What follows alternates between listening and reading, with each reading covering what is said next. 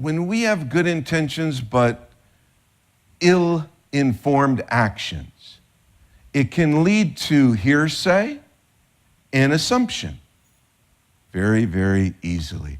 Imagine somebody with good intentions whose actions get passed through gossip and hearsay and get blown out of proportion by the time it gets back to someone else.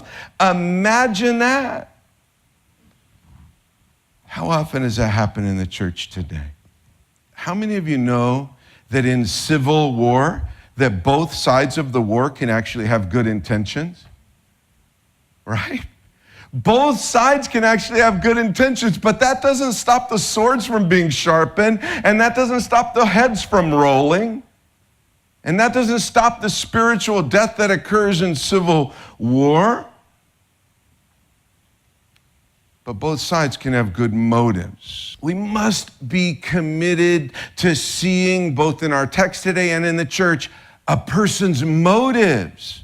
We must be committed to seeing their heart with our own eyes. And the person that's telling you something about them, just try this as a very spiritual response. Try this. Shut up. Shut up. If there's something I need to know about that person, I'll go talk to him. And I'll look him in the eye. And I'll find out what their motives are. Motive is the issue. Not what you hear.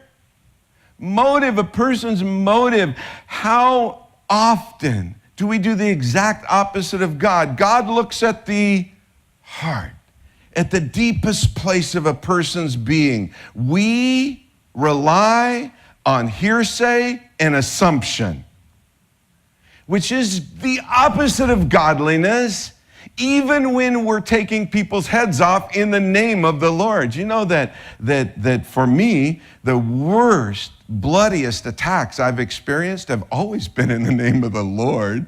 Nobody comes after me in the name of hell. They all come after me in the name of the Lord. But they never talk to me first. They just talk to everyone else. The motive of these 2.5 tribes was good. Their heart was good. And their brothers were going to kill them because of what they heard and what they assumed. Often on both sides of a church conflict, of a believer's conflict, on both sides there are good motives, but people are still being spiritually killed.